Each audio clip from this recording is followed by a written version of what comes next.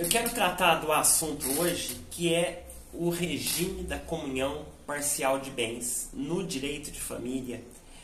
Quando um casal resolve contrair o matrimônio, constituir aí a família através do matrimônio, a primeira coisa que vem em mente é o regime de bens. É dispensado o pacto antinupcial para o regime da comunhão parcial de bens. Então, a legislação brasileira, ela trata como regime supletivo da vontade. A comunhão parcial, ela dispensa então esse pacto antinupcial. No silêncio aí é o regime que é utilizado, por isso que é o mais comum, e prevalece então pelo silêncio aí dos nubentes, pelo silêncio das partes, é o regime que prevalece. Nesse regime vai entrar na comunhão os bens adquiridos na constância do casamento. Então todos aqueles bens adquiridos após o casamento, eles se comunicam. Então, por isso que chama regime da comunhão parcial de bens. Né? Então, a título oneroso, quando você adquire bens na constância do casamento, esses bens fazem parte, então, da sociedade conjugal e, havendo separação, será, então, dividido meio a meio entre os nubentes aí. O que nós precisamos entender aqui é que entra nesta comunhão os bens comprados pelo casal na constância do casamento e ainda assim aqueles eventuais, né, que são prêmios, né, que o casal conseguiu na constância do casamento. Mesmo que foi um que adquiriu, mas foi na constância do casamento, esse bem ele tem que ser partilhado. Há aí a presunção de uma colaboração conjunta do casal. Tá? Foi na constância do casamento, presume-se que foi uma colaboração conjunta e terá então que ser partilhado. Tá certo? A comunhão parcial, ela estabelece 3 diferenças aí. Os bens particulares de um, os bens particulares do outro, os bens comuns que serão partilhados quando da dissolução do matrimônio. Então, os bens comuns, eles não são formados apenas pelos bens adquiridos onerosamente. Não. Né? Mas por força de uma colaboração recíproca entre o casal durante a convivência. Também podem ser considerados bens comuns aqueles adquiridos ali eventualmente por um dos nubentes. Vamos supor que são as benfeitorias de um imóvel particular. Aí entra, porque pelo esforço comum, aquele casal, ele fez aí, com esforço comum, as benfeitorias nesse patrimônio, ainda que esse patrimônio seja particular de apenas um. Né? Então, entra. O prêmio ganhado em loteria, a indenização trabalhista também entra nesta comunhão. É um patrimônio eventual. Ainda que seja pelo trabalho de um, essa indenização ela entra para ser partilhada. João Marcos, mas entra a indenização trabalhista?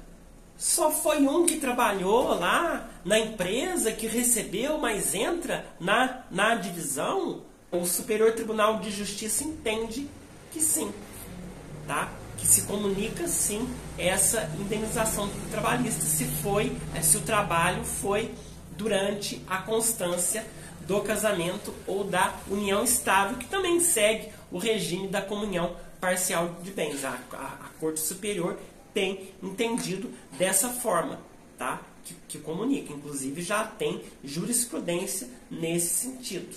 Mas, João Marcos, o que não integra, então, nessa comunhão parcial de bens? Se houver uma dissolução do casamento, o que não vai ser dividido, então, meio a meio entre o casal?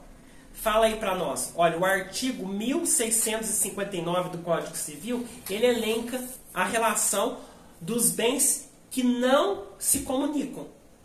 Os bens adquiridos por cada um antes das núpcias e que muitas vezes são substituídos aí em seus lugares. Vamos supor que a mulher, antes do casamento, adquiriu uma casa de herança. Ela vende essa casa e compra uma outra. Esse outro imóvel, ele não entra na dissolução. Ele continua sendo um bem particular que não se comunica.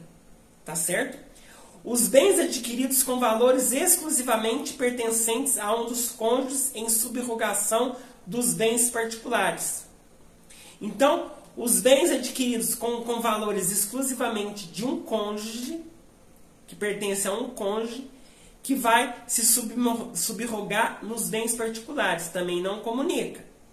As obrigações assumidas antes do casamento, inclusive com os preparativos para o casamento, os chamados aprestos, também não se comunicam.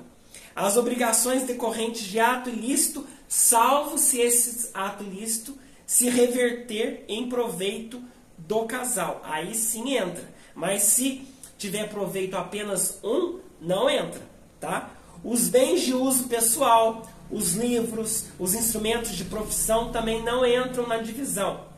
E os proventos do trabalho pessoal do cônjuge não entram. E as pensões, os meios soldos, os montepios e outras rendas de igual natureza, abrangendo inclusive o benefício previdenciário, não entra nessa divisão quando da dissolução do casamento.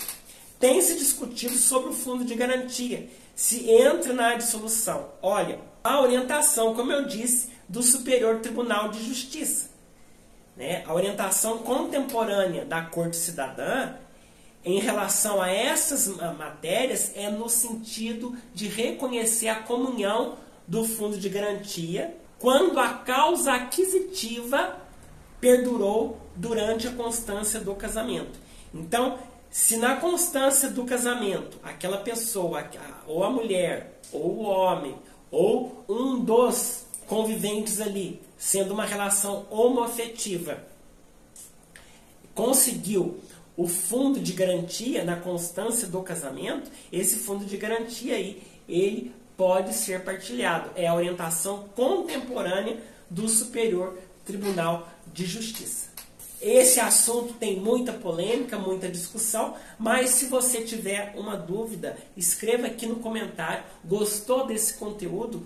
Curta, compartilhe, inscreva-se no nosso canal, toque aqui no sininho para que você possa ser notificado dos próximos conteúdos aqui deste canal. Um grande abraço, fique com Deus e até o nosso próximo vídeo.